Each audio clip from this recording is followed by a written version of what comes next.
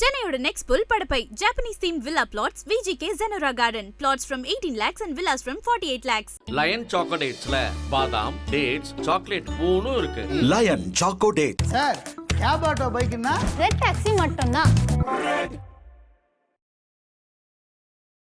IBC Tamil நேயர்களுக்கு வணக்கம். இன்றைய சிறப்பு நேர்காணலில் நம்மோடு இணைந்திருக்கிறார் மூத்த பத்திரிகையாளர் SP லக்ஷ்மணன் அவர்கள். வணக்கம் சார். வணக்கம். காலையிலேருந்து சட்டப்பேரவை நிகழ்வை நீங்கள் ரெகுலராக பார்ப்பீங்கன்னு நினைக்கிறேன். மக்களும் வந்து பார்த்துட்டு இருக்காங்க. ஆவரேஜாக 1000 to 2000 பேர் தினமும் பார்த்துட்டு இருக்காங்க. எப்படி பார்க்குறீங்க? நான் முழுசாக பார்க்கறதில்ல, பட் ஒரு பத்திரிகையாளருக்கு இருக்கிற அந்த கடமை அல்லது வாய்ப்பில் முக்கியமான விஷயங்கள் காதுக்கு வந்துடுது. சில விஷயங்களை நம்ம பார்க்குறோம். அவ்வளோ ஆரோக்கியமாக நடக்கலை சட்டமன்றம். ரெண்டு தரப்புலையும் இருக்கலாங்கிறது உண்மையாக இருக்கலாம், பட் கூடுதல் பொறுப்பு ஆளுங்கட்சிக்கு தான் இருக்கணும். அப்படி இல்லைங்கிறது துரதிருஷ்டவசமானது. கூடுதல் பொறுப்பு ஆளுங்கட்சிக்கு இருக்குன்னு சொல்கிறீங்க. ஆனால் மூத்த உறுப்பினர் இருக்கக்கூடியவங்க சட்டமன்றத்தில் சரியாக நடந்து கொள்ளணும் அப்படின்னு சொல்லி இன்னைக்கு சரி, அப்போ இளைஞர்களாக இருக்கிறவங்க என்ன வேணாலும் பண்ணலாமா? அமைச்சரான பிறகு சட்டப்பேரவையில் அமைதியாக யார் அமைதியாக உட்கார்ந்தா? அமைச்சர் இல்லை. அப்ப நீங்க அப்போ நான் சொல்லி முடிச்சேன். அப்ப நீங்க சட்டமன்ற நிகழ்வுல முழுசா பார்க்கலன்னு அர்த்தம். அமைச்சர் நிர்மல்குமார் தினசரி பயன்படுத்துற ஒரு வார்த்தையாவது தீப்பொறியை கிளப்பி விட்டுடுது. திட்டமிட்டு பண்றாரோன்னு எனக்கு சில சந்தேகம் கொஞ்ச நாளா வர ஆரம்பிச்சிருக்கு. அதனாலதான் கூடுதல் பொறுப்பு அமைச்சர்களுக்கு கொண்டு தவறு செஞ்ச எதிர்கட்சி எம்எல்ஏக்களை நீங்க அம்பலப்படுத்தணும் மக்கள் முன்னாடி. ஆனா அந்த தகுதியை நீங்க இழந்துடுறீங்களே. ஏன்னா அதை ஆரம்பிச்சு வைக்கிறது நீங்களா இருக்கிறீங்க, அல்லது பதிலுக்கு பதில் அது ஒன்று செஞ்சால் நீங்கள் ரெண்டு பேசி நீங்களும் அதே தப்பை செய்கிற போது எப்படி மக்களுக்கு போய் பதில் சொல்லுவீங்க? மக்கள் முன்னாடி போய் எப்படி நிற்பீங்க? கூடுதல் பொறுப்புங்கிறது ஒன்றும் கௌரவ குறைச்சல் இல்லை சார். அது இன்னும் சொல்லப்போனால் கௌரவம், பொறுப்பும் கூடாது. ஆளுங்கட்சி தான் அவங்க கரண்டியில் தான், அவங்க அகப்பையில் தான் ஏதோ ஒன்று இருக்குது. அவங்க வெறும் அகப்பை எப்படி வேணாலும் ஆட்டுவோம் எதிர்கட்சிக்காரங்க. ஆளுங்கட்சிக்கு பொறுப்பு இருக்குன்னு சொன்னது அந்த அர்த்தத்தில் தான். ஏதோ அவங்களோட இதை பறிக்கிறதா நீங்கள் நினைக்காதீங்க. நீங்கள் பதட்டப்படுற பார்த்தா எனக்கே சந்தேகமாக வந்துருச்சு. நல்லா இருக்கணும், கவனமா இருக்கணும், ஒழுங்கா இருக்கணும்னு சொல்றது ஒரு பார்த்த வரைக்கும் சட்டப்பேரவையில திமுக உறுப்பினர்கள் அதிகமா வந்து கோஷம் போடுறதா இருக்கட்டும், அதே மாதிரி அந்த சபாநாயகர் பக்கத்துல வரக்கூடிய காட்சிகள் அப்போ கரெக்டா, அப்போ ஆளும் கட்சி சராசரி அரசியலை நன்றாக செய்கிறதுன்னு அர்த்தம். கேமரா ஆங்கிள் எங்க வைக்கணுமோ எப்ப வைக்கணுமோ அப்ப கரெக்டா வைக்கிறாங்கன்னு அர்த்தம். அவர்கள் எந்திரிச்சு கோஷம் போடுறதுக்கு எது காரணம்? சங்கி அமைச்சர்னு உதயநிதி நிர்மல்குமார் பார்த்து சொல்றாரு. அந்த வார்த்தை சொல்லிருக்க கூடாதுல்ல, சொல்லிருக்கூடாதுல்ல. எதனால சொன்னார்? சும்மா இப்போ நீங்கள் சொல்லுங்கள், நான் கேட்குறேன். சும்மா ஒரு நிமிஷம் எடுத்துங்க, நீங்கள் என் டயத்தை நான் கொடுக்குறேன் பேச. அவர் ஆல்ரெடி பாஜகவில் பயணித்தவர் அப்படின்னு இருக்கிறதுனால அவர் உதயநிதி எதுக்காக சங்கி அமைச்சர் சாரி அப்படின்னு ஆரம்பிச்சாரு, அந்த விஷயத்தை தொட்டாரு ஏன்? நீங்கள் முதல்ல அந்த சம்பவத்தை பார்த்தீங்களா? நான் தெரிஞ்சுக்கிறேன், எல்லாரும் பார்க்கட்டும். செந்தில் பாலாஜியை குறிப்பிட்டு பேசும்போது என்ன கரூர் கம்பெனின்னு சொன்னார். சொல்லலாமா அப்படி? செந்தில் பாலாஜியை கிழிச்சு தொங்க விடுங்க பொதுக்கூட்ட மேடையில். அதை சொல்ல வேண்டிய அவசியம் என்ன வந்துச்சு? சொல்லுங்கள் சார். இப்போ புரியுதுங்களா? ஒரு அமைச்சர் அதை செய்யலாமா? அதுக்கு அடுத்த வார்த்தை என்ன சொன்னார்? கரூர் கம்பெனின்னு சொல்லிட்டேன், தெரியாமல் சொல்லிட்டேன். கரூர் வரணுங்கிறதுக்காக கரூர் முன்னாள் சட்டமன்ற உறுப்பினர் சொன்னாரா? இன்னைக்கு எடுத்து பாருங்க. அப்படி சொல்லலாமா? இன்னைக்கு செந்தில் பாலாஜி யாரு? செந்தில் பாலாஜி நான் தவறா சொல்லிட்டேன், கரூர் இல்ல கோயம்புத்தூர் எம்எல்ஏ அப்படின்னு கூட மாத்தி சொல்லிட்டாரு. அப்ப அதே தானே உதயநிதி சொன்னாரு. சாரி நான் சங்கி அமைச்சர் தெரியாம சொல்லிட்டேன் சொன்னாரா? அப்ப அது சரின்னு ஒத்துக்கிறீங்களா? இது தேவையா? நாட்டு மக்களுக்கு ரொம்ப அவசியமான விவாதமா? செந்தில் பாலாஜி இன்னைக்கு யார்? நீங்க முதல்ல சொல்லுங்க. சட்டமன்ற உறுப்பினர். எந்த தொகுதி? கோயம்புத்தூர்ல. அப்ப கோவை தெற்கு சட்டமன்ற உறுப்பினர் நல்லா தெரிஞ்ச அமைச்சர் திட்டமிட்டு கரூர் கம்பெனின்னு சொல்லணுங்கிறதுக்கு. சார், கரூர் கம்பெனி மட்டும் சொல்லாதீங்க. கரூர் கம்பெனி என்ன அராஜகம் பண்ணாங்க, அக்கிரமம் பண்ணாங்க, உங்க பார்வையில் என்ன விமர்சனம் வைக்கிறீங்களோ பொதுக்கூட்டத்துல போய் பேசணும், சட்டமன்றத்துல இல்லை. இப்ப புரியுதுங்களா? உங்களை பார்த்து தான் கேட்கிறேன். நீங்க தான் முதல் தப்பு பண்றீங்க. மக்களுக்கு முழுமையா எடுத்து சொல்றதை விட்டுட்டு, சார் அவர் சங்கி அமைச்சர் நான் உங்களை போட்டு வாங்கணுங்கிறதுக்காக அந்த வார்த்தையை சொன்னேன். ஏன்னா திட்டமிட்டு நீங்களே மறைக்கிறீங்க. யார் முதல்ல தூண்டி விட்டா அன்னைக்கு? சொல்லுங்க சார். கலைஞர் உண்ணாவிரதம் 4 மணி நேரம் உண்ணாவிரதெல்லாம் பார்த்தோன்னே காவிரி பிரச்சனை எவ்வளோ சென்சிட்டிவான விஷயம். இதே திமுக அதிமுக மாறி அடிச்சு உங்க பாஷையில் இந்த தமிழ்நாட்டை நாசம் பண்ணாங்கன்னு உங்க பாஷையில், தாவேகா பாஷையில். நானும் நீங்க ஒரு மாற்றமா வந்தீங்க, நீங்களும் அதே பாணியை கடைப்பிடிச்சிங்கன்னா நீங்கள் மாற்றம்னு சொல்கிற லட்சணம் இதானான்னு கேள்வி வருமா வராதா? கலைஞர் 4 மணி நேரம் உண்ணாவிரதம் நாடகம் ஆடினதாக வச்சுப்போம். பொதுக்கூட்டம் போடுங்க, பட்ஜெட் விளக்க கூட்டம், காவிரியில் நடந்தது என்ன உண்மை விளக்கும் கூட்டம், பொதுக்கூட்டம் போட்டு கலைஞரை கிழின்னு கிழிச்சு கொடுங்க. மறைந்தவர்களை பேச மாட்டாங்க இருக்கட்டும். எம்எல்ஏக்களோ அமைச்சர்களோ என்ன சொல்றாங்கன்னா, என்ன நடந்ததோ அதை நாங்க வந்து காட்டுறோம். நீங்க 50 வருஷம் ஆட்சி புரிஞ்சிருக்கீங்க, அவ்வளவு வரலாறு இருக்கு, அந்த வரலாற்றின் ஒரு பகுதியை நாங்க எடுத்து சொல்றோம். அப்ப எல்லா வரலாறையும் எல்லாரும் பேசலாமா? உங்களுக்கு வரலாறு இல்லைங்கிறதுக்காக நீங்க அப்படியே அந்த புதியவர்கள் இளைஞர்கள் அப்படின்ற அந்த கூண்டுக்குள்ளேயே உங்களை நீங்க சுருக்கிக்கிட்டு எல்லா அட்டகாசத்தையும் நீங்க பண்ணலாமா? சில்மிஷம் செய்வது சில அமைச்சர்கள் தான். திமுக செய்கிற பற்றி நான் கவலைப்பட மாட்டேன். ஏன்னா உங்கள் பாஷையில சரி ஊர் அறிஞ்ச மாதிரி அவங்க ஏற்கனவே இல்லை ஊர்ன ஆட்கள். அதுக்கு மாற்றாக தானே நீங்கள் வந்தீங்க. அவங்க வேணான்னு தானே மக்கள் உங்களை தேர்ந்தெடுத்தாங்க. நீங்க என்னத்தை காட்டுறீங்க இந்த மாநிலத்துக்கு, இந்த மக்களுக்கு, உங்கள் மீது நம்பிக்கை வைத்த மக்களுக்கு நீங்க என்ன நடந்துக்கிறீங்கன்னு சொல்லுங்க. இல்ல டிரான்ஸ்பரண்டா எல்லாமே ஒளிபரப்பாகுது, மக்களும் இல்லையே, பாக்குறாங்க. எல்லா ஒளிபரப்பாக கேமரா ஆங்கிள் ஏன் காட்ட மாட்டீங்க? உதயநிதி கைதாகிறார், உதயநிதி முதல் நாள் உங்க பாஷைப்படி கைது பண்ணீங்க, அவர் கைது இல்லைன்னு சொன்னீங்க. அடுத்த நாள் அவர் சபைக்கு வர்றார், உதயநிதி காமிச்சாங்களா? நீங்க எடுத்து பாருங்க, ஏன் காட்டல? உதயநிதியை காட்டணுங்கிறது என் வேலை இல்லை, என் கோரிக்கையும் இல்லை. நீங்க எல்லாம் காட்டுறாங்களே, அன்னைக்கு காட்டியிருக்க வேண்டிய நாள்ல ஏன் காட்டல? ஏன்னா அவர் துணிச்சலாக சபைக்கு வந்தார். இன்னைக்கு சிறையில் இருக்க வேண்டிய உதயநிதி கம்பீரமா விஜய்க்கு ஏற்ற மாதிரி உட்காந்துருக்கிறாருன்னு மக்கள் பார்க்க கூடாதுன்னு நினைச்சீங்க. அந்த பக்கம் கேமராவே காட்டல, லைவ் தான்.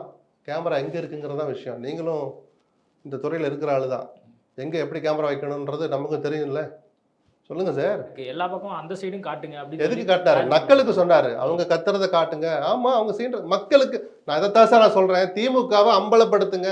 சபை நடவடிக்கைகளுக்கு குந்தகம் விளைவிக்கிற மாதிரி, ஊறு விளைவிக்கிற மாதிரி, மாண்புகளுக்கு இடையூறு ஏற்படுகிற மாதிரி திமுகவோ அண்ணா திமுக நடந்து கொண்டால் மக்களுக்கு காட்டுங்க.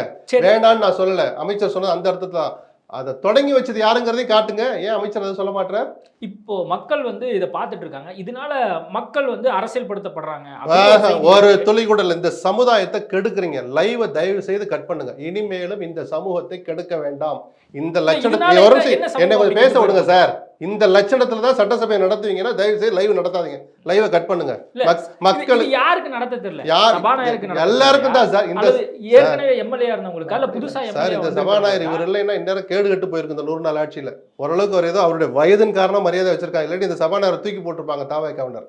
வேற பொருத்தமான ஆள் கிடையாது. செங்கோட்டை தான் அவர் கையெடுத்து கும்பிட்டா இந்த சபாநாயகர் வேணாம் மந்திரி படி கொடுங்கன்ட்டு போயிட்டார் அவர். வேற யாரும் ஆக்குவீங்க?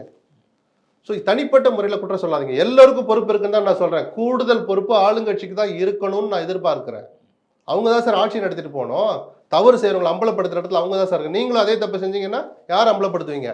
மீடியாக்கள் தான் சார் தப்பு பண்றாங்க. இந்த லட்சணத்துல தான் சட்டமன்றம் நடக்கும்னா லைவ் வேண்டாம் தான் நான் சொன்னேன். சட்டமன்றத்தை கூட்டாதீங்கன்னு நான் சொல்லலை. மக்களை கெடுக்காதீங்க. அரசியல் மயப்படுத்தப்படுகிறார்கள். என்ன நடக்குதுன்னு பெண்கள்லாம் பார்க்க ஆரம்பிச்சாங்க. இந்த லட்சணத்தை போய் பார்க்கணும்னா அந்த பெண்கள் பார்க்கவே வேண்டாம். ஏற்கனவே சீரியல்ல கெட்டு சீரழிஞ்சு போய் கிடக்குது இந்த சமூகம். புரியுதுங்களா? இது ஒரு ஆரோக்கியமான விவாதமா நடக்குதுங்க. சொல்லுங்க சார். அப்ப அதை பேசுங்க, அதை காட்டுடு சார். அந்த அப்பா கை காட்டுறாரு, மாமா நிக்கிறாரு, மாமா தூங்கல நல்லா விழிச்சிருக்காரு, இதெல்லாம் பாக்குற ரைட்டு. நம்ம தொகுதியை பத்தி பேச யாரும் 2 பேர் பார்க்க தான் செய்வான். அது மட்டுமா நடக்குது? அப்போ பொறுப்போட நடந்துக்குங்க தான் நான் எதிர்பார்க்கிறேன். புரியுதுங்களா? மக்கள் நம்மளை கவனிக்கிறாங்க அப்படிங்கிற பொறுப்பு எல்லோருக்கும் இருக்கணும். தவறு செய்யறாங்கன்னா அந்த தவறு அம்பலப்படுத்துற இடத்துல ஆளுங்கட்சி இருக்கணும். நீங்களும் அதே தப்பு பண்ணா எப்படி அம்பலப்படுத்துவீங்க? உங்களுக்கு தகுதியவே நீங்க இழந்துடுறீங்களே. அதைத்தான் நான் கூடுதல் பொறுப்பு இருக்கணும். அப்ப இன்னும் பெட்டரா வந்து அமைச்சர்களோ அல்லது போக போக கத்துக்கட்டும் சார். நான் தப்பு இல்லை, புதுசா ஆட்கள் தான், நம்ம அதெல்லாம் மறுக்கலையே. அந்த புதிய நபர்கள் சீன்ற மாதிரி தூண்டி வர மாதிரி என்ன வேணாலும் பேசலாமா? புதுசு சொல்லிக்கிட்டு நிர்மல்குமார் பேசுற பார்த்தா புதுசு மாதிரியா பேசுறாரு? தேர்ந்த அரசியல்வாதி மாதிரி பேசுறாரு. அரசியலை பேசுகிற இடம் சட்டசபை அல்ல. முழுக்க அதை பண்ணக்கூடாது. அரசியல் அப்பப்போ வரலாம், ஸ்லேடையா குத்தி காட்டுற மாதிரி. ஆளுங்கட்சியினர் கடந்த முறை நீங்கள் ஆளுங்கட்சியாக இருந்தபோது என்ன தப்பு பண்ணீங்க சொட்டி காட்டட்டும், வேணான்னு சொல்லலை. சீன்றது வேற, சுட்டி காட்டுறது வேற. தாய்மாமன் தங்க மோதிர திட்டம் வந்து அறிவிக்கப்பட்டிருக்கு. அதுல வந்து கிட்டத்தட்ட கல்யாண் ஜுவல்லர்ஸும் ஜாய் ஆலுகாஸும் வந்து ஃபர்ஸ்ட் பிட்டரா வந்து அதை எடுத்திருக்கிறாங்க. நீங்க எப்படி பாக்குறீங்க? 70-30 அப்படிங்கிற பர்சன்டேஜ். அந்த பர்சன்டேஜ் மறந்துருக்க. வேற யாரும் செய்ய தயாராக இல்லாத அல்லது அந்த முடிவுக்கு வர தயங்குகிற அளவுக்கு எங்களுக்கு லாபமே வேண்டான்ற அளவுக்கு ஜாய் ஆலுகாஸ் வந்திருக்கிறாங்க. ஒரு சேரிட்டி மாதிரி கூட பண்ணட்டும், எங்களுக்கு லாபம் வேண்டாம், நாங்கள் அரசினுடைய நல்ல விஷயத்தில் பங்கெடுத்துக்க விரும்புகிறோன்னு கூட அவங்க வந்திருக்கலாம். அப்போ இது கடைசியாக நம்ம முழுமையாக அப்போ பாராட்டணும். சொன்ன கிராமில் அந்த மோதிரம் இருக்கா, அந்த ஹால்மார்க் இருக்கா, கரெக்டாக அந்த ஊரில் கொண்டு போய் சேர்த்துட்டாங்களா அப்படின்னு அந்த மோதிரத்தை போட்டு அந்த குழந்தைகள் ஆசைக்கு ஒரு நாள் இருந்துட்டு அப்புறம் கலட்டி வச்சு உரசி பார்த்த பிறகு தரமாக தான் செஞ்சுருக்கிறாங்க. 1 பைசா லாபத்துக்காக செஞ்சால் கூட அது ஒரு சில 100 ரூபாய், எல்லோருமே ஒரு 1000 ரூபாய் 1500 லாபம் பார்த்து தான் போட்டிருக்காங்க. டெண்டரில் அதெல்லாம் வெளியே வந்துருச்சு. அவர்கள் எதை செய்வார்களோ அதே அளவுக்கு இந்த 1 பைசாவுக்காக செஞ்சிருக்காங்கன்னு நமக்கு முழுமையா பாராட்டலாம். மற்றபடி இல்ல தப்பு நடந்துருச்சுன்னு இப்ப சொல்றதுக்கு இப்ப எந்த ஆதாரமும் இல்லை. ஃபேவர் பண்ணிடுச்சு, ஆதாரம் இல்லைன்னு நான் சொல்லிட்டேன். மற்ற எல்லா விமர்சனத்தையும் தள்ளி வைங்க. கடைசியா மோதிரத்தை கண்ணில் பார்த்து உரசி பார்த்துட்டு நம்ம அதை சொல்லுவோம். இதனால அந்த நிறுவனத்துக்கு என்ன லாபம் நீங்க நினைக்கிறீங்க? அதை பத்தி நமக்கு என்ன கவலை? அவங்க டேர்ன் ஓவரில் காட்டுவாங்க, இவ்வளோ கோடி தொழில் பண்ணியிருக்கிறோன்னு காட்டுவாங்க. அந்த மாதிரி இருக்கும். விஜயோட நட்பு இருக்குது. அவர் கேட்டுக்கிட்டாருங்கிறக்காக சரி, நான் விஜய் சொன்னார் நமக்காக பிராண்ட் அம்பாசிடராக ஒரு நாள் இருந்தவர், அவர் ரெக்வஸ்ட் பண்ணுறாரு, அரசாங்கம் ஏற்கனவே கஷ்டத்தில் இருக்குது, நான் ஆசைப்பட்டு இந்த திட்டத்தை அமல்படுத்தி எல்லாம் பர்சனல் மீட்டிங்கில் நடந்திருக்கும். டெண்டர் கண்டிஷன்லாம் இருக்காது. சரிதானா? பெருசெல்லாம் பேசியிருப்பாரு. நல்ல விஷயத்தை செஞ்சு யார் செஞ்சா என்ன சார் இருக்கு? அதனால அதை முழுமையா செஞ்சாங்கன்னா பாராட்டலாமே. ட்விட்டர் இதுல வந்து டைட்டன் நிறுவனமும் இருந்துச்சு. அதுல அரசாங்கத்தினுடைய ஷேரும் டைட்டன்ல இருக்கிறதெல்லாம் நம்ம பார்த்திருக்கோம். அந்த நிறுவனத்துக்கு கூட கொடுத்திருந்திருக்கலாம். ஏன் கொடுக்கணும்? L1க்கு இப்போ L1 வந்துட்டாங்க. L1 வந்தது ஜாய் ஆலுகாஸ் மட்டும் தான், கல்யாண் ஜுவல்லர்ஸ் அல்ல. சரியா? அது வந்த உடனே என்ன பண்ணும்? இப்போ கடந்த எனக்கு தெரிஞ்ச ஒரு 10 ஆண்டுகளா இந்த நடைமுறை வந்துடுச்சு. L1 வந்துட்டா எல்லாத்தையும் அந்த L1க்கே லீகலாக இருக்கலாம். பட் மார்க்கெட்டில் அல்ல தொழிலில் இருக்கிறவங்களுக்கு நம்ம ஒரு சம வாய்ப்பை கொடுக்கலாம், கூடுதல் வாய்ப்பை கொடுக்கலான்ட்டுன்னு அவர் விலைக்கு யார் ஒத்து வரீங்கன்னு கேட்பாங்க. மீதி 14 பேர் இருக்கீங்களா, ஒரு 15 பேர் மொத்தம். ஜாய் ஆலுகாஸ் ஒரு காசுக்கு செஞ்சு தரேங்கிறாரு. இல்லை யாரெல்லாம் தயாராக இருக்குன்னு கேட்பாங்க. கல்யாண் ஜுவல்ஸ் கையை தூக்கியிருக்கிறாங்க. அவர் L1ங்கிறனால குறைஞ்சபட்சம் 30% வெளியாட்களுக்கு மற்றவங்களுக்கு கொடுப்பாங்க. அதன்படி கல்யாண ஜுவல்ஸ் வாங்கிடுறாங்க. டைட்டனுக்கு ஏன் கொடுக்கல? அவங்க அந்த காசை குறைச்சிக்க ஒத்துக்கல. அதில் போய் குற்றச்சாட்டு சொல்கிறதுக்கு ஒன்றுமே இல்லையே. நீங்கள் விஜய் அரசு விமர்சிக்கிறதுக்கு பல விஷயங்கள் இருக்குது. விஜய் விமர்சிக்கிறதுக்கு, இந்த அமைச்சர்களை விமர்சிக்க, பாராட்டுறதுக்குன்னு எவ்வளவோ இருக்குது. இதில் தப்பே நடக்காத போது தப்பு நடந்துருச்சுன்னு மற்றவங்க சொல்கிற மாதிரி எனக்கு சொல்கிற மனசு வரல. ஆதாரம் இல்லை. தப்பு நடந்தால் போட்டு கிளின்னு கிளிப்போம். பரந்தூர் விமான நிலையம் ரத்து செய்யப்படுகிறது. அதாவது அந்த விஷயத்தை நாங்கள் வந்து இனிஷியேட் பண்ண போறது கிடையாதுன்னு முதலமைச்சர் வந்து அறிவிச்சிருக்காரு. விஜய் தன் நிலைப்பாட்டில் உறுதியாக இருக்கிறார். பட் இன்னும் தெளிவாக வந்திருக்கணும். அவர் மாற்று என்னன்னு அவர் சொல்லியிருக்கணும். எதிர்கட்சியாக இருக்க போது மாற்று சொல்லலை. நானே ஒரு பேட்டியில் விமர்சித்தேன். அப்போ சொல்கிறதுக்கு அவர்கிட்ட அவ்வளவு வசதிகள் கிடையாது. அதிகாரிகள் துணை இருக்காது. அரசு நிர்வாகம்னா என்ன, இது ஏன் வந்துச்சு, ஏன் வரலைன்னா என்ன ஆகும், இதெல்லாம் தெரிஞ்சுக்கிற அளவுக்கான வாய்ப்பு அவருக்கு, அரசியலுக்கே புதுசாக இருந்தவருக்கு தெரிஞ்சிருக்க வாய்ப்பு இல்லை. இன்னைக்கு ஆட்சியிலே வந்து உட்காந்துட்டீங்க. மாற்று என்ன? மீனம்பாக்கத்தில் அதிகாரிகளோட பேசிட்டு எங்கே பண்ண போறீங்கன்னு கேட்டதுக்கு 24 மணி நேரம் ஆச்சு, பதிலே இல்லை. இந்த அறிக்கையை விடுறதுக்கு முன்னாடி மாற்று திட்டத்துக்கும் கொஞ்சம் மெனக்கெட்டு இருக்கணும், ஹோம்ஒர்க் பண்ணியிருக்கணும். மீனம்பாக்கத்தில் பண்ணவே முடியாது. அவங்க ஏதோ டெர்மினல் 3, 5 எல்லாம் எங்கே பண்ணுவீங்கன்னு கேட்குற ஒரு வரி சொல்லுங்க. எந்த திசையில் பண்ண போறோன்னு ஒரு வார்த்தை சொல்லுங்க. சொல்லியிருக்காங்களா? மீனம்பாக்கம் பல்லாவரம் ஏரியாவில், பரங்கிமலை ஏரியாவில், இல்லைங்கிட்ட மலை இருக்கு. தொழில்துறை அமைச்சர் என்ன சொல்றாங்கன்னா, அந்த நிலத்தை இடத்தெல்லாம் இடிச்சிட்டுலாம் பண்ண போறது இல்லை, ஆல்ரெடி அங்க இடம் இருக்கு, அதுக்கான பர்மிஷனை வந்து நாங்க கேட்டு வாங்கி பண்ண போறோம் இல்லை அப்படின்னு சொல்லி தெளிவா சொல்லலை. தொழில்துறை அமைச்சர் சொன்னது விமான நிலைய திட்டம் ரத்து. சரி, அந்த நிலத்தை விவசாயிகளுக்கு திருப்பி கொடுப்பீங்களா? கொடுக்க முடியாது, கொடுக்க மாட்டோம். இதெல்லாம் அதுக்குள்ள ஒளிஞ்சிருக்கு அந்த வார்த்தை. தொழில் சார்ந்த வேறு விஷயங்களுக்கு பயன்படுத்துவோம். இங்கே தான் அவங்க நிர்வாகத்துக்கு பூசுன்னு தெரியுது.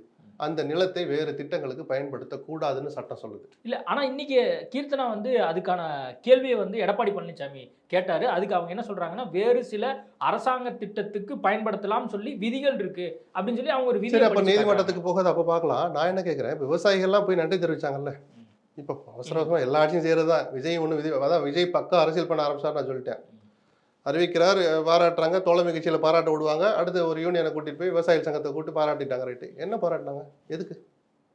இல்லையா புரிஞ்சுக்கிறக்காரு. என்ன எங்கள் நிலம் எங்களுக்கே கிடைக்க போகுதுண்ணா? இல்லை, விமான நிலையம் வர வேண்டாம், புகை போகிற மாதிரி இண்டஸ்ட்ரி கட்டிக்கோங்க, சிப்காட் வரட்டும், சிட்கோ வரட்டும்னு விவசாயிகள் சொல்லுவாங்களா? அப்போ அந்த விவசாய நிலம் பறி போகாதா? என்ன சார் தெளிவுது?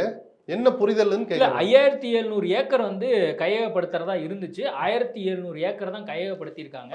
நேற்று தங்கம் தென்னரசு சொன்ன விஷயம் வந்து தவறான தகவல் அப்படின்னு சொல்லி இன்னைக்கு சட்டப்பேரவையில் பேசுறாங்க. இன்னைக்கு விவசாய சங்கத்தினுடைய சார்ந்த பிரதிநிதிகள் வந்தாங்க. அவங்களும் இந்த விஷயத்தை தான் என்ன சொன்னாங்க? 1700 ஏக்கர் தான் கையெழுத்தப்பட்டு. நான் கேட்கிறேன், அந்த 1700 ஏக்கரை உங்கள்கிட்ட திருப்பி கொடுக்க போறாங்களா? விவசாயிகள் நன்றி சொன்னீங்களே, எதுக்காக? அது முதலமைச்சர் இன்னைக்கு பேசி கலந்து ஆலோசிப்பார் அப்படின்னு சொல்லி நிர்மல்குமார் இன்னைக்கு. அப்ப தெளிவு வரட்டும். அதைத்தான் சொல்றேன். இந்த தெளிவு வரட்டும்ன்றதுக்கு நீங்களே ஒரு வாரம் எக்ஸ்ட்ரா ஹோம்ஒர்க் பண்ணி, இந்த சட்டமன்றம் 8ஆம் தேதி வரைக்கும் நடக்குது. செப்டம்பர் 8 வரைக்கும் இருக்கு.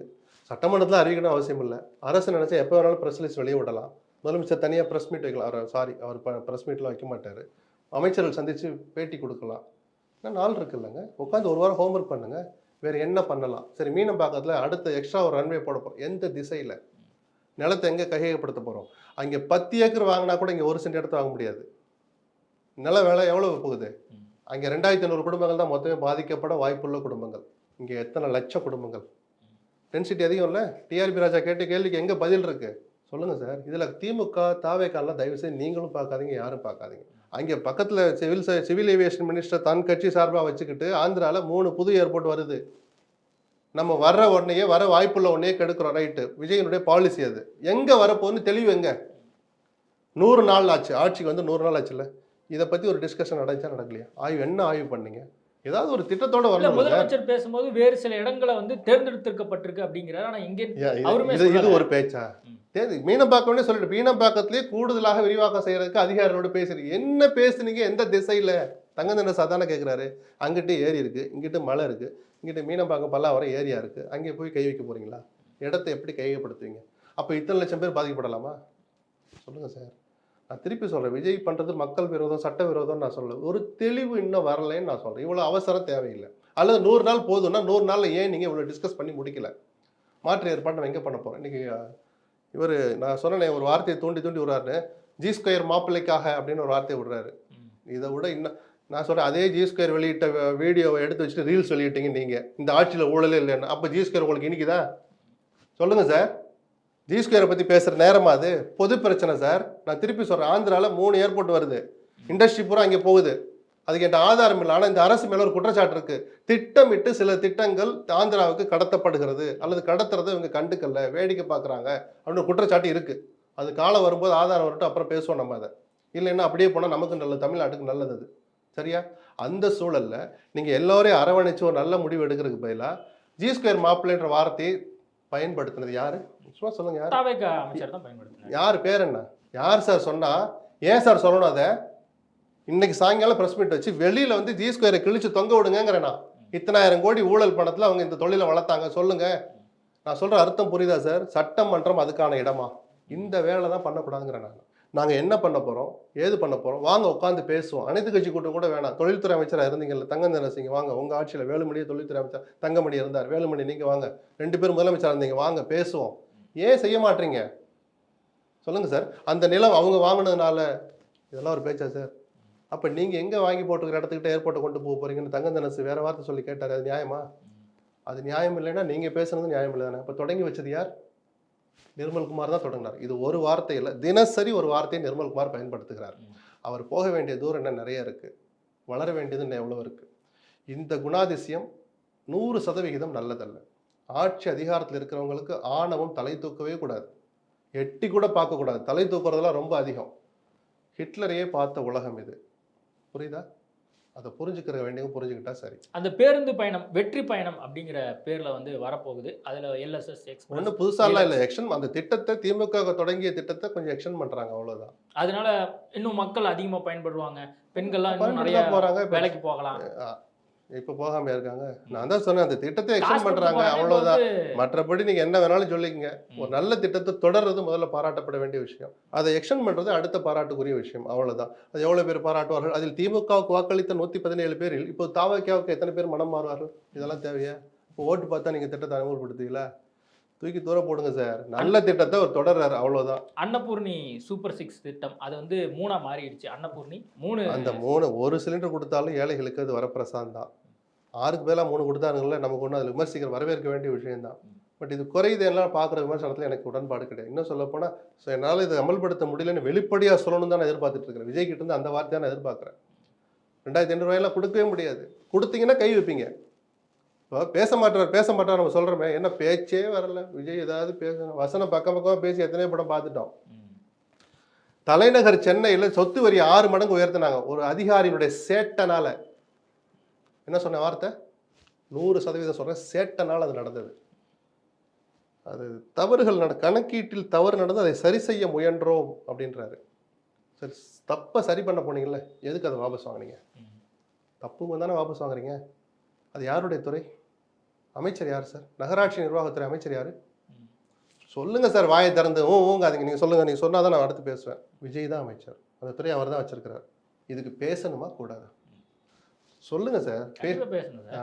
நம்ம என்ன விஜய் ஏதோ தூண்டி விடணும்னா சார் நம்ம அதை பேசுகிறோம்? உங்கள் துறையில் நடக்குது சார் அக்கிரமம். 6 மடங்கு உயர்த்துறீங்க. நீங்கள் 2500 ரூபா எப்போ கொடுப்பீங்கன்னு வாங்கிலேயே கேட்குறீங்களா? அவங்களுக்கு தான் இந்த பதில். 2500 ரூபா கொடுப்பாரு, வாங்கிக்கங்க. சத்தம் இல்லாமல் 6 மடங்கு ஏற்றுவார். அப்போ எங்கே போவீங்க? வாங்கி என்ன விஜய் அவர் பாக்கெட்டில் வச்சுக்க போகிறாரா? கவர்மெண்ட் அதை சுரண்டாமல், உங்கள் தலையில் கூடுதல் சுமையை சுமத்தாமல் இந்த 6 சிலிண்டர் கொடுக்க முடியாது, 3 கொடுக்குறதுக்கே வேற எங்கேயே கை வைக்கணும், வேறு வழி இல்லை. நிதி நிலைமை அப்படி தானே சார் இருக்குது. 2500 கொடுக்க முடியாது. இந்த யதார்த்தத்தை புரிஞ்சுங்க. விஜயும் மனசு விட்டு பேசணும், அதை தான் சொல்கிறோம். இந்த திட்டங்கள்லாம் நான் மனசில் இருந்து சொன்னேன், உங்களுக்கு செய்யணும்னு ஆசைப்பட்டேன்.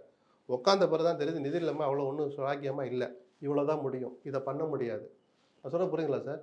எதுவுமே பேச மாட்டேன்னா என்ன அர்த்தம்? மக்கள் ரசிக்கிறாங்க, ரசிச்சுட்டு போங்க. ஒரு நாள் இதை எல்லோரும் அனுபவிப்பாங்க. விஜயும் தன் மனசை மாற்றிக்கிற காலம் ஒன்று வரும்னு எனக்கு தோணுது. அதிகாரிகள் சேட்டை பண்ணுறாங்க அப்படின்னு நீங்கள் சொல்கிறீங்க. அதே நேரத்தில் தாவேகா ஆட்சி அமைஞ்சு கிட்டத்தட்ட 100 நாளைக்கு மேலே ஆயிடுச்சு. நடப்பது முதலமைச்சர் ஆட்சியா இல்லை அதிகாரிகள் ஆட்சியா? அப்படி இல்லை, அதிகாரிகள் இல்லாமல் ஆட்சி நடத்த முடியாது. ஏன் முதலமைச்சர்னு தனியாக சொல்கிறீங்க? இந்த அரசு தான் சார் சொல்லணும். அமைச்சர்களுக்கெல்லாம் கூட்டு பொறுப்பு இல்லையா? ஏன் விஜயை மட்டும் தனியாக கொண்டு போகணும்? நான் என்ன எனக்கு ஒரு ஆதங்கம்னா, ஒரு நல்லது நடந்துட்டா விஜய் ஆஹா ஓஹோ விஜய் அண்ணா அப்படி சொன்னதை செஞ்சுட்டாருன்னு நீங்க உட்பட குதூகலிக்கிறீங்க. யார் உட்பட? நீங்கள் உட்பட. ஆனா தப்பு நடந்தா ஒதுங்கி ஓடிடுறாங்க. பொறுப்பு துறப்பு அதுல நம்பர் 1 இருக்கிறாங்க. இது ஆட்சி அதிகாரத்துக்கு நிர்வாகத்துக்கு நல்லதில்லை. அதிகாரிகள் ஒரு நாள் உங்களை கை விட்டாங்கன்னா நீங்க தாங்க மாட்டீங்க. எந்த அரசும் இயங்க முடியாது. தலைமைச் செயலர் ஒரு கூட்டம் போடுறார். மாசம் ரிவ்யூ மீட்டிங் நடக்கும். லா அண்ட் ஆர்டர் மீட்டிங் அவர் தான் நடத்துவார். DGP, commissioner, law and order ADG, உளவுத்துறை எல்லா அதிகாரிகளும் டாப் லெவலில் உட்காந்து பேசுவாங்க. வழக்கமாக நடக்கிறது. மாதம் ஒரு நாள் குறிப்பிட்டு நடக்கும். முன் தேதியிட்டு நடக்கும். இத்தனை அதே நடக்குதுன்னு முன்னாடியே சொல்லிடுவாங்க. இந்த தடவை என்ன நடந்து போச்சு, ஒரு டிஸ்கஷன் வருது. போராட்டங்கள்லாம் வந்துக்கிட்டு இருக்கு. காக்ரோச் வருது. இடதுசாரிகள் சொல்கிறாங்க வைக்கிறாங்க. என்ன பண்ணலாம் அப்படின்னு டிஸ்கஸ் பண்ணுறது வேறு, மினிட்டில் எழுதுறது வேறு. மினிட்டில் எழுதுன என்ன அர்த்தம்? தலைமைச் செயலாளர் நடத்துகிற, துறை செயலாளர்கள் நடத்துகிற கூட்டம் மினிட்டில் பதிவு பண்ணப்பட்டால் அதில் இருக்கிற சாராம்சம் சுற்றறிக்கையாக கீழ்நிலை வரைக்கும் போகணுன்றது விதி. மினிட்டில் எழுதுறாங்க. இது எப்படி அடக்கணும் ஒடுக்கணும்னு. தலைமைச் செயலாளர் கூட்டத்தில் சாய்குமார் என்கிற அதிகாரியை ஒரு பத்திரிகையாளராக 30 ஆண்டுகளாக சும்மா கவனிச்சுட்டு இருக்கிறார். எங்கெல்லாம் போகிறார், எப்படி இப்படி நடந்துக்கிறார், எவ்வளோ நல்ல அதிகாரி, தப்புக்கு எப்படி துணை போக மாட்டாருங்கிற வரைக்கும் எனக்கு தெரியும். அந்த அதிகாரி மினிட்டில் எழுதுறார். அது உயர்கல்விக்கு போகுது, வருவாய்த்துறைக்கு போகுது, காவல்துறைக்கு போகுது. அந்த துறை செயலாளர்கள் கீழ்நிலை வரைக்கும் எடுத்துகிட்டு போகிறாங்க. அதை குஜிலியம்பாறை தாசில்தார் தனியாவாசர் போட்டார். அவர் யாரை ஏமாத்துறதுக்கு நீங்கள் இப்படி சொல்கிறீங்க? அவர் தன்னிச்சையாக செயல்பட்டார். என்ன அசிரீரி வந்துச்சா? வருவாய்த்துறை செயலாளர் இருந்து என்ன கடிதம் போச்சுன்னு முதல்ல வெளியே சொல்லணும். புரியுதுங்களா? தலைமைச் செயலாளர் உயர்கல்வி செயலாளர் காமிச்ச அந்த கடிதத்தின் அடிப்படையில் தான் கல்லூரி கல்வி ஆணையருக்கு ஒரு கடிதம் போகுது. அந்த அலுவலகத்துக்கு போகுது. அந்த இதை வச்சுக்கிட்டு ஆணையர்கிட்ட கூட சொல்லாமல் இணை இயக்குனர், இது ரெகுலராக வர்ற சர்க்குலர். ஏன்னா நான் சொல்ல மினிட்ஸில் வந்துச்சுன்னா அது அரசு ஆணை அல்ல, அரசினுடைய ஒரு அறிவுறுத்தல் அப்படின்ற முறையில் ஒரு ஜேடி அதை சர்க்குலராக அனுப்புகிறாங்க. சரிங்களா? கமிஷனர்கிட்ட சொல்லாமல் அனுப்புகிறாங்க. அதனால தான் கமிஷனருக்கு மெமோ கொடுத்துருக்காங்க ஜேடிக்கு. என்ன கேட்காம எதுக்கு இதை அனுப்பிச்சிங்கன்னு. கடைசியில் அவங்களே ஆப்போஸ் ஆகிட்டனால அது பிரச்சனை அப்படியே போகுது. இப்போ நான் என்ன கேட்குறேன், அது ஒரு பிரச்சனையாக மாறுது. அதில் இருக்க வார்த்தை என்ன தெரியுமா? ஜென்சியினுடைய ஆதரவால் ஆட்சிக்கு வந்து இந்த ஆட்சி, மாணவர்கள், மாணவிகள் மற்றும் இளைஞர்கள் இந்த போராட்டத்தில் கலந்து கொள்ளாமல் தடுக்கணும் அப்படின்னாரு. இளைஞர்களை தடுக்கிறதுக்கு நீங்கள் யார்? அந்த துறைக்கு சம்மந்தம் இருக்கா? காவல்துறையை தவிர, அது தப்பு நடந்தால் என்று காவல்துறை கூட அந்த அதிகாரம் கிடையாது. இளைஞர்கள் கூடுறதை யாராலையும் தடுக்க முடியாது, கட்டுப்படுத்த முடியாது சார். இதனுடைய தொடக்க புள்ளி அது தலைமைச் செயலாளருடைய அந்த கூட்டம் தான், அவர் எடுத்த முடிவு தான். இவ்வளோ சர்ச்சை நடந்துச்சுல்ல, இந்த அரசின் சார்பாக ஏதாவது ஒன்று வந்திருக்கா சொல்லுங்கள்? கண்டுக்கவே இல்லை. சாய்குமார் இடதுசாரிகளை எதுக்கோ பயங்கிட்டு தலைமைச் செயலாளரோடு நிறுத்துறாங்க. ஏன்னா அவங்களுக்கு துணிச்சல் இல்லை.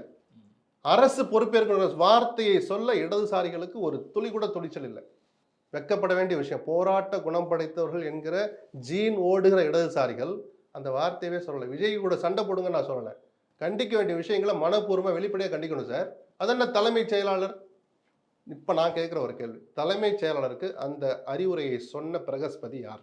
100% நான் நம்புகிறேன் விஜய் அதை சொல்லியிருக்க மாட்டார். ஏன்னா தலைமைச் செயலாளர் மேலே முதலமைச்சர் தான். அப்போ முதலமைச்சருக்காக அந்த வார்த்தையை அல்லது அவர் பெயரை பயன்படுத்தி, அவர் நிழலை பயன்படுத்தி தலைமைச் செயலாளருக்கு சொன்னது யார்? எந்த அமைச்சர் அல்லது எந்த ஆலோசகர் அல்லது எந்த செயலாளர்? யாருமே பதில் சொல்ல மாட்டாங்க. இப்போ புரியுங்களா வெளிப்படைத்தன்மை எங்கே போச்சு? சொல்லுங்கள் சார். இது நல்ல ஆட்சின்னு சொல்லுவீங்களா? ஆபத்தான ஆட்சி. இந்த விவகாரம் சொல்கிறேன். ஒரு விஷயத்தை வச்சு 5 வருஷம் ஆட்சியை நான் இட போடலை. இது ஆபத்தான விஷயம். தொடக்க புள்ளி இதுதான்னா நீங்கள் போக போகிற பாதை ரொம்ப ஆபத்தாக இருக்கும். நான் எச்சரிக்கையாகவே சொல்ல விரும்புகிறேன். நான் இது நல்லதல்ல, ஒரு ஆட்சிக்கு நல்லதல்ல.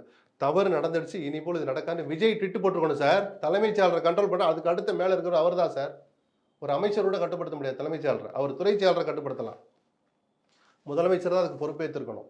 இன்னைக்கு வரைக்கும் ஒரு சத்தம் வரல சார். நீங்கள் மாற்றுத்திறனாளி ஒருத்தனை ஜெயிலுக்குள்ளே அடித்து கொள்கிறாங்க சார். கைதிங்கிற முறையில் நீங்கள் உங்கள் மனசு வருத்தப்படலை. மாற்றுத்திறனாளிகள் நலத்துறை அமைச்சர் யார் இந்த ஆட்சியில்? விஜய் தான் அமைச்சர். அவர் தான் துறை வச்சிருக்கிறார், ஸ்டாலின் மாதிரியே.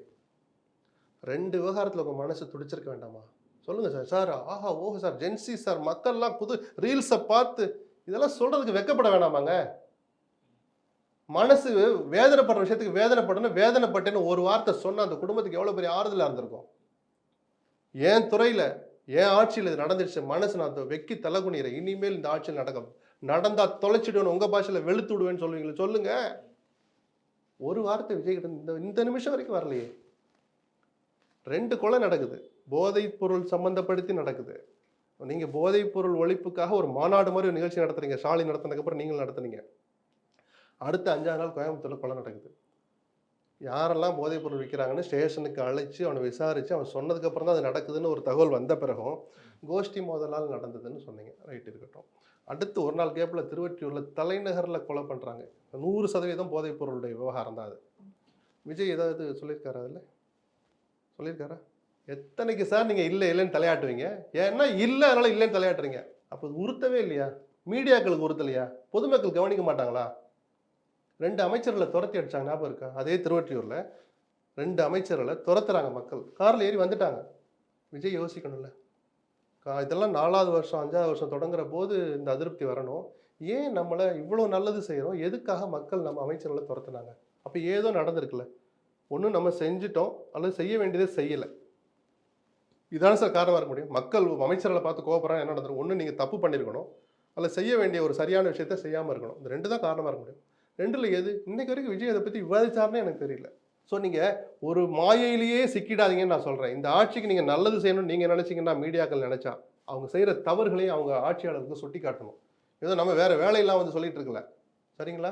ஓகே சார், நியாயமான விமர்சனங்களை நாங்கள் ஏற்றுக்கொள்வோம், அது சரி செய்வோம் அப்படின்னு முதலமைச்சரும் சொல்லியிருக்காரு. அது சரி செய்கிறாங்களா இல்லையாங்கிறது அதை நம்ம மனப்பூர்வமாக நம்ம ஏற்றுக்குவோம், வாழ்த்துக்களை சொல்லுவோம். அதை தானே சார் நம்ம எதிர்பார்க்குறோம். விஜய் யாருக்கு முதலமைச்சர்? எனக்கும் முதலமைச்சர், உங்களுக்கும் முதலமைச்சர், நம்ம முதலமைச்சர். அவர் பெங்களூரில் போய் அவமானத்தை நான் தாங்க தயார்னு சொன்னார்ல காவேரிக்கு. நான் எதுக்கு நீங்கள் தாங்கணும் தான் நம்ம கேட்போம். ஏன்னா அது நமக்கான அவமானம் சார். விஜய் போய் அவமானப்பட்டார்னா தமிழ்நாட்டின் முகம் அவர். எல்லார் மேலேயும் அந்த அவமானப்பட்ட மாதிரி தான். அது அவசியமாக போய் படணும், இல்லை இது போகிறது அவசியமாக தான் நம்ம சொல்ல சொன்னோம், கேட்க சொன்னோம், அனைத்து கட்சி கூட்டத்தை கூட்ட சொன்னோம். அது ஏதோ புரிஞ்சுக்கிட்டு தப்பாக புரிஞ்சுக்கிட்டு ஏதோ சொதப்பிட்டான். அந்த விவகாரத்தையும் சுத்தமாக சொதப்பினாங்களே. இவங்க கவனமெல்லாம் எங்கே இருக்குது? அடுத்த பிரதமர் விஜய் தான். இது விஜயை ஒழிக்கிற வேலை. நான் திருப்பி திருப்பி எச்சரிக்கை விரும்புகிறேன். உங்கள் தலையில் மண்ணள்ளி போட ஒரு கூட்டம் காத்திருக்கிறது. நீங்கள் அதை பேசாத வரைக்கும் நல்லது. ஏன்னா இந்த ஆட்சியை முதல்ல நிலைநிறுத்தணும். ஃபண்டு விஷயங்களில் மத்திய அரசோட இணக்கமாக இருக்க வேண்டிய இந்த நேரத்தில் அடுத்த பிரதமர்னு உங்களை சொல்கிறாங்கன்னா உங்களை காலி பண்ண தொடங்கிட்டாங்கன்னு அர்த்தம். ஏன்னா யதார்த்த ரீதியாவது அவ்வளோ சுலபம் அல்ல. பிஜேபியினுடைய அதீத கோபத்துக்கும் நீங்கள் ஆளாயிடுவீங்க. அப்போ உங்களை அந்த வட்டத்துக்குள்ளே கொண்டு போய் ஒரு குரூப் தள்ளுது. அது நல்லதுக்கா கெட்டதுக்கா எனக்கு தெரியல. விஜய் தான் உஷாராக இருக்கணும். ஓகே சார், மூத்த பத்திரிகையாளராக பல்வேறு கருத்துக்களை முன் வச்சிருக்கீங்க. கண்டிப்பாக அரசாங்க அதிகாரிகளும் முதலமைச்சரும் அதை பார்த்து சரி செய்கிறாங்களா என்னங்கிறத பொறுத்திருந்து பார்ப்போம். நேர்காணல் கொடுத்ததுக்கு மிக்க நன்றி. நன்றி. சென்னையோட நெக்ஸ்ட் புல் படப்பை Japanese themed villa plots VGK Zenora Garden. Plots from 18 lakhs and villas from 48 lakhs. Lion சாக்கோடேட்ஸ்ல பாதாம், டேட்ஸ், சாக்லேட் 3 இருக்கு. Lion choco date. Sir cab auto பைக்குன்னா ரெட் டாக்ஸி மட்டும்தான்.